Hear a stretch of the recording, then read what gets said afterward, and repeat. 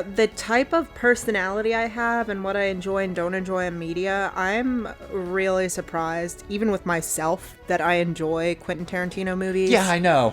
Because I think about it, I'm just like, how?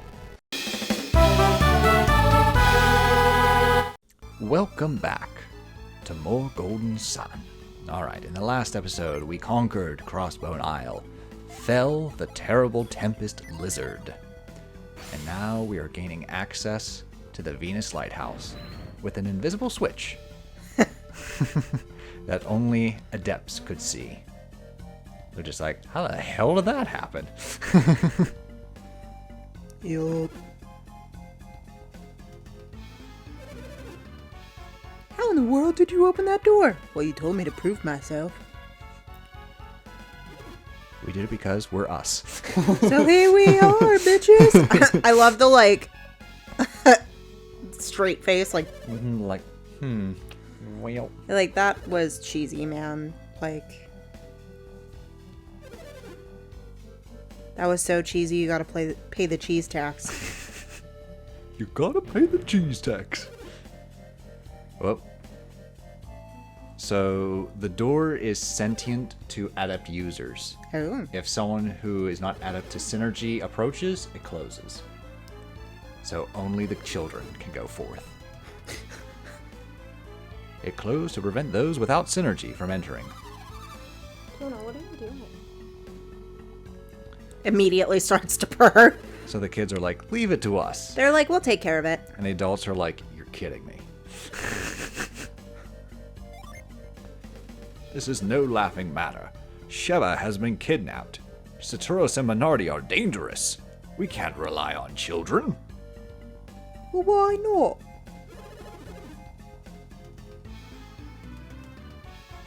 And then Garrett's like, yeah, but you can't do this.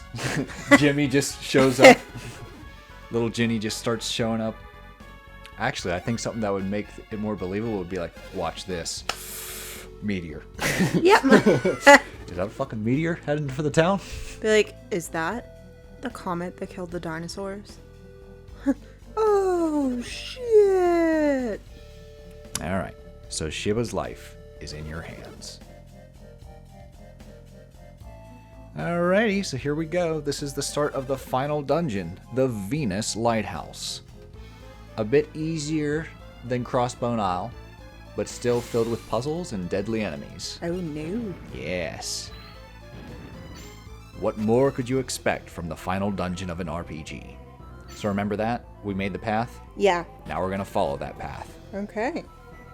Alright, so first things first, we're just going to move these pillars so that we have ourselves a path that we could cross on through. Oops. Nice. Just like that. And then I pull you forward.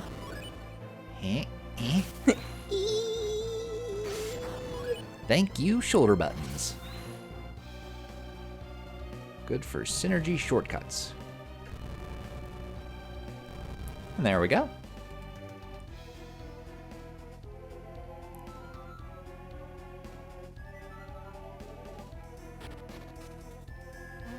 I can just picture him being like, why wouldn't they just put a path? Why do I have to move shit? They do this every time they need to walk by? Who's the architect of these Venus lighthouses, I swear? Or not just Venus lighthouses. Who's the architect of these lighthouses, I swear? They must really hate people. Also, like, when these monsters infest the lighthouses, do they also have to be like, I know, they're like, through? Are the kobolds like, hop, hop, hop? Gotta hop my fat ass over here to the other side. There we go. Or are they spread through magic, to where it's just like, cast a spell, there you go, you live here now. No, I definitely think that they have to, like, find their way there. And the ones that are, like, at the beginning are just the ones that were too weak. So it's like the founding of America. Yeah. Going from the East Coast like, to the West Coast. I'm happy here in like, the nah, East. I'm gonna stay here. We're gonna set up camp. Good luck. The other ones are like, it's better in the West. And they're like, well, you can go ahead and die on the Oregon Trail, so... I rather like not having dysentery. Precisely.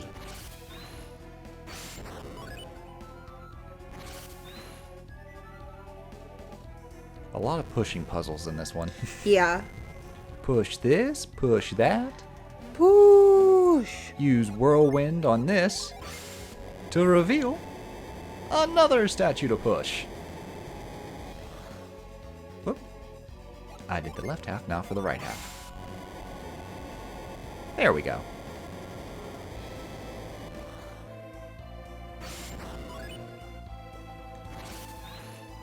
So technically we're not in The lighthouse, the lighthouse yet. Yeah. We're still in Babby's lighthouse. Yeah. Connecting to it. The actual Venus Lighthouse has my favorite track in the game. It has this nice sense of finality of just like, oh yeah, we're reaching the end of this bitch. I feel it. I feel the power. Can you feel the power? Can you feel the sunshine? Da da da da da da da da. That's a lyric from an older Sonic game. Because you know they just have they write the best lyrics. Let me tell you.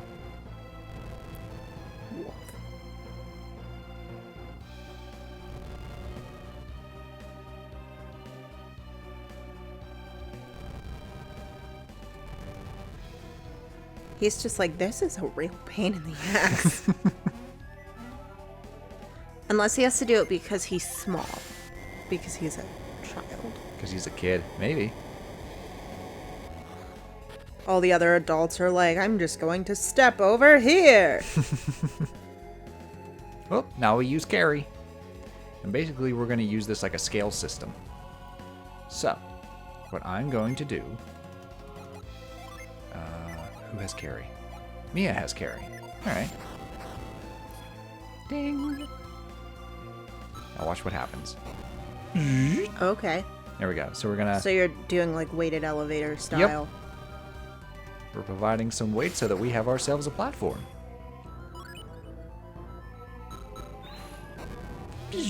There we go. La-di-da-di-dee, la-di-da-di-di. And then carry you down.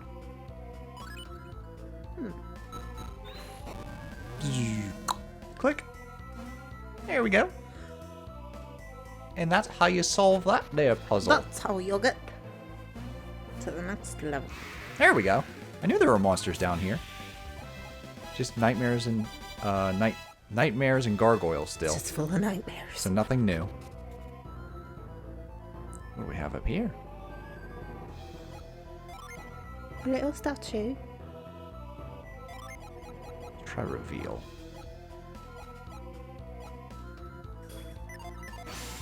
Ooh, it's actually a chest containing the Oracle's robe. The most powerful robe in the game for your magic users. We can either give it to Mia or Ivan. Yeah, give it to Mia. Resist water, boost HP. Sounds good to me. Let's do it. That's perfect for a healer. Oh. We got ourselves a wild griffin and a variation of the manticore. So I very much appreciate that the manticore one, the purple one, kind of looks like Doc from Back to the Future. Marty, we gotta get back to the lighthouse. Oh, I just got hit with 1.21 gigawatts. What the hell is a gigawatt?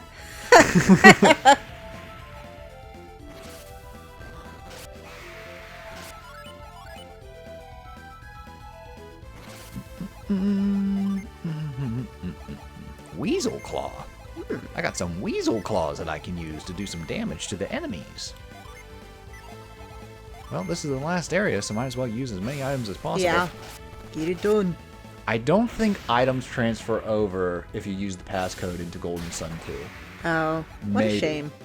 Skills might. Oh. Okay. So to solve this puzzle, you gotta mind read the statues. I found this out in the player's guide. I like those statues, though. Violet shines southeast of me. Okay. And Violet says, don't want to be next to yellow. Red shines northwest of me. Oop. So I'm going to be southeast of red. And you're going to be northwest of violet. And then I bet the green and blue ones were just going to switch and flip-flop as well. Well, yes, because why would it be easy? Take the long way home. Well, not only easy, but it just mirrors. Yellow shines northeast of me. Oh. Oh, I was wrong. Not really. Isn't northeast up and to the right? That would be yellow, though. Yellow is northeast of me. So watch. There you go. Yeah, I don't like that. It's airplane Nope. No. What happened? We did it.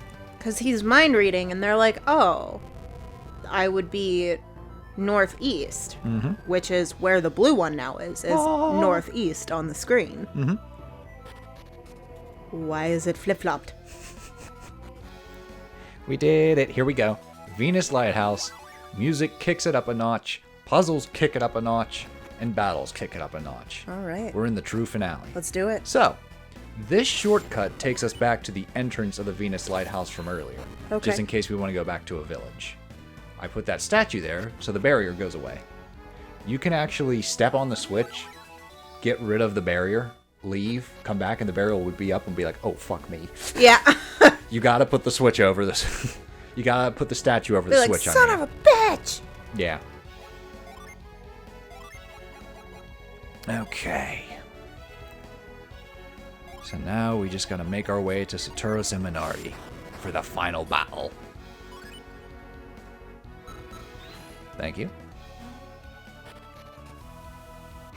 There's a lot of sand here. See, now the skeleton is wearing a hula skirt. Okay, I kind of see that one. That one I saw as soon as you mentioned. With the griffin, I had Yeah. to squint a little bit. Yeah. Be like, I had to sure. explain my thought process with the griffin. That's a skull warrior. There we go. And because we already did Crossbone Owl, these enemies are going to go down pretty quickly. I don't like sand. It's rough and coarse, and it gets everywhere. Oop. Thunder Crown. Thunder, thunder, thunder, thunder. Oop. Yahoo! Put in the goofy sound effect. Whoop, chimeras live here. Chimera mage, I'm sorry. They were like, listen, I Got- had to got a go degree." through 3.5 weeks of schooling at the cosmetology place to get that title. Don't you mock them. Don't you mock the chimera mage. Rabbit Fang. Well, a regular chimera does Rabbit Fang. What makes you so special? Whoa. They're dead. Well, lovely titles. 'Tis a name, nothing more. Alrighty. Sand waterfalls. I'll bet there's a secret in one of these. Sand falls. Sand falls. Yay. Oop. Fenrir. Fenrir and the gargoyles. Fenrir. Was that a beast from Norse? Yes, Okay. Fenrir is one of Loki's sons. Oh, really? I believe so, yeah. Why is it a dog? Because he was a dog. He also birthed a giant snake. Loki? Yeah. Am I a Loki? My son is the dog, and I also want another son with a snake. True. So Fenrir was a fearsome giant wolf in Norse mythology. His father was the trickster god Loki, and his mother was the giant Angrboda. Sure. I'm not familiar with that one. I don't know about the... The snake was called, like, Midgardsolum or something like yeah, that. Midgardsolum? Children of Loki. Midgardswarm? So his eldest was Hel. Mm-hmm. Narfi? Sure. I don't remember that one. Volley. That sounds familiar, but I don't quite remember it.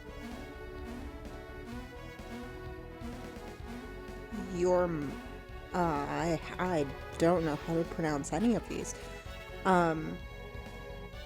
Jormungandr, which is the snake. Oh. Yeah, okay. It like starts with a J, right? Yeah. But the J's silent. And then Fenrir. Why did I think it was Midgar? Oh, that's the giant snake in Final Fantasy. Well, Midgar is one of the 9 realms of the afterlife. Yeah. And the Midgar Zwolem is like supposedly the snake, but they named it differently. But it's still based off Norse mythology.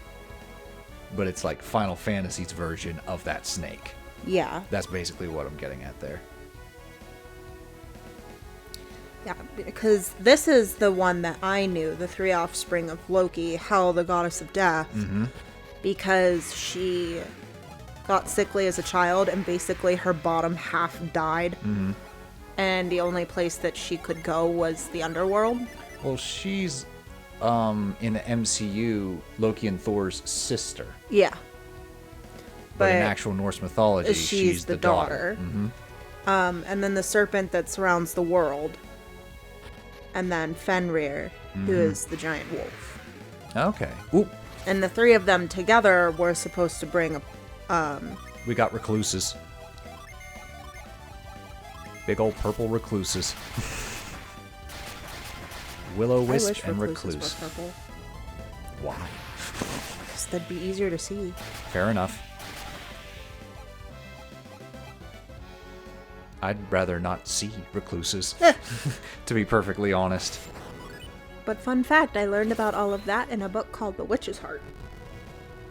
About the Norse mythology children. The children of Loki. Yeah. Very cool. And then, of course, I went into, like, a spiral and looked all of it up. Well, it's interesting in this universe we have the thunder summon of Thor, and we've seen, like, Fenrir, but I don't think Loki's in this one. I don't even know if Loki appears in The Lost Age, to be honest. It's one of those nice fantasy games where, like, you can take a little bit of each mythology. Yeah. This one's mine. Oh, what's that? Hindu mythology? Yoink. Norse? Well, I think that's, like, one Greek? of my favorite Neil Gaiman books is American Gods. Because what it did was, like, all of the immigrants that came to America brought the old gods with them. Okay. So it's like, as you're going throughout the book, like, you're talking to all of these old gods. You're meeting with, like, the, you know, Eastern European gods of long ago. And it's just really interesting to incorporate all of those entities. There was a movie that he wrote the screenplay for that I didn't know he had any connection to. And right now it escapes me. But I was just like, oh no shit, Neil Gaiman like wrote the screenplay for this movie. I freaking love Neil Gaiman. I know you do. That's why when I thought of that, I was just like, oh shit. But I'm trying to remember, like, I don't know if it was like an animated movie. Well, I know he wrote Coraline. Or, okay, he wrote Coraline. Which it wasn't throws that one. some people off sometimes. It wasn't that one. So I have up his IMDb. So Good Omens, The Sandman, Coraline, American Gods, Stardust, Neverwhere, Nander, Fodor and the Talking Mongoose, How to Talk to Girls at Parties, Mirror Mask, Beowulf, Nightbread, That's funny. The Sparks Brother. I guess that fun fact lied to me because no light bulb went up in my head. Well, you said he did the screenplay? Yeah, he did. He wrote the screenplay. So let me see. I wish I could remember. Oh well, I got the dragon scales armor, which I'm gonna give to Isaac because Garrett's got the demon mail and he can't take it off. So we're going to give dragon scales to Isaac. It all works out in the end. Ivan's like, Garrett got demon mail. Isaac got dragon scales. Me, I got an oracle robe. I'd like something. Little Ivan would like something. You get cursed. It looks like he wrote for Lucifer. No, wasn't that.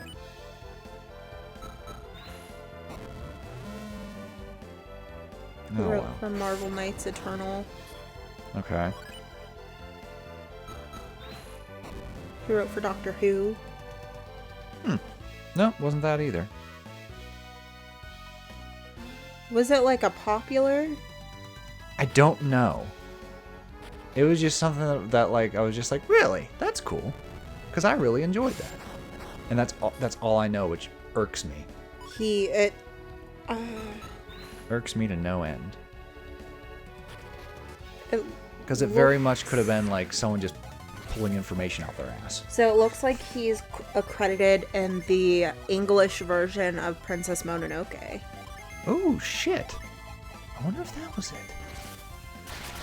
It was. Yup. Okay. Because I was watching Cinema Therapy. Love them, by the way. Cinema Therapy's video on Princess Mononoke. And he was part of the English adapted screenplay. Yeah. I was just like, oh, that explains why it's one of my favorite movies. And I'm just like, good shit, good shit. I wonder Mononoke. if you would enjoy Neil Gaiman books. I don't know. Because they're quirky, but they do have, like, a sense of horror. Mm-hmm. But they're also low fantasy. Okay. All right. So it's like American Gods. It's taking place, like, in everyday life. I suppose Good Omens. Worth a Shot is like the best. I feel like you would enjoy way Good I could Omens. pitch that. I don't know if you would like just watching the show more than reading the book, but it's like it's a fairly decent adaptation. Okay. That one is freaking wild. An angel and a demon, who are like kind of friends but kind of not friends, are tasked with basically killing the Antichrist, and they make a bet on who would win to influence him, but they lose the Antichrist. So like the whole point is them trying to find him. Yeah. And sway him to one side or the other. Is that the one with David Tennant? Yeah. Okay. Yeah, I've heard good things. You've told me good things. Oh, I love it. I love the book. I love the show. I don't know how I feel about there being a second season. Okay, so not to, like, paint a target on my back, but, in regards to Doctor Who, old Doctor Who or new Doctor Who? What's Neil Gaiman credited as? I think he was the middle of the road Doctor Who. Okay. So like I would say like Doctors 9 through possibly 11. Okay. But it's episodes. It's not like, you know, he was writing Doctor Who. It looked like there was only maybe 2 or 3 episodes that he did. Okay. All right. So it was like Bryce Dallas Howard's credits for directing 3 episodes of The Mandalorian. Yeah. Similar to that. Okay. Or how they put So you can neither give him credit nor blame for what's going on. Yeah. Okay. That's what I was wondering. Oh my gosh, I just lost his name. Give me a hint. He did Reservoir Dogs. Tarantino? Yeah. Quentin Tarantino. You're welcome. It's like how he was credited in Sin City. Yeah. So I was thinking like, oh shit, like I didn't know Sin City was a Tarantino movie. And then it was like, no, he just wrote Miller? like one scene. Miller. He like helped with a scene. Mm-hmm.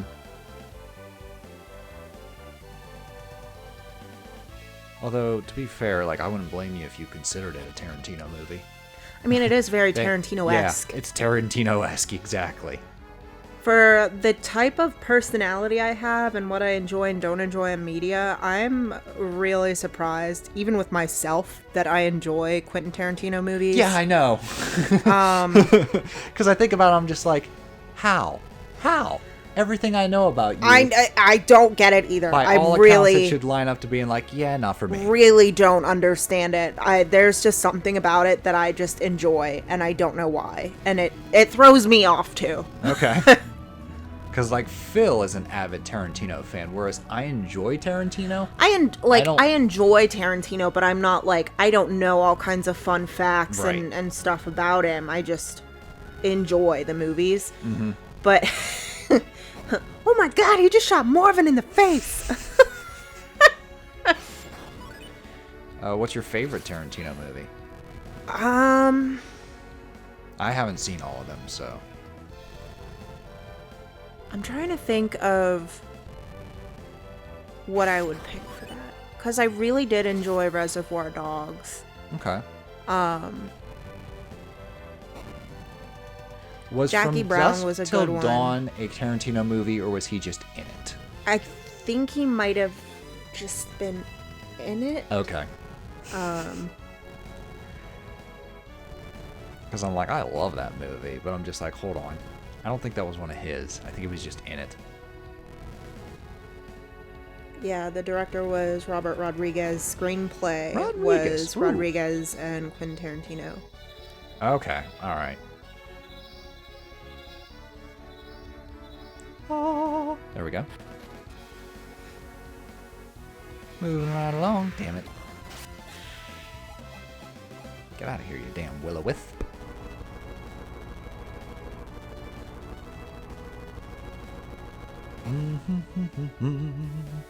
But yeah, I'm actually pretty Nice, behind almost on Tarantino movies. I mean, me too, now that I think about it. Although, I really liked all the, like, clips and pieces I've seen of Once Upon a Time in Hollywood. Which I think was his last one. There might have been another one that snuck in, but... Yeah. I think that was his most recent one. I did really enjoy Kill Bill. Oh, that's an oldie. That's an oldie but a goodie. Yeah. And I mean, like... Pulp Fiction, like, I hate saying that's my favorite because that's probably one of his most popular. Yes. But I enjoy it. Inglourious Bastards, I feel like, was really cleverly done. I like Inglourious Bastards a lot. I honestly have never sat through the entire thing all in one sitting without falling asleep.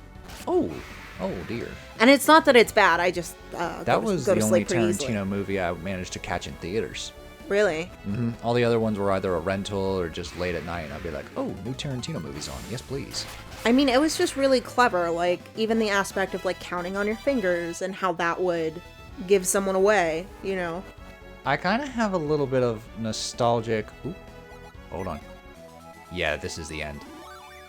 Alrighty. Restore our P squared. Sorry about that. And in the next episode, we finish the Venus Lighthouse in the final battle with Satoru Seminardi.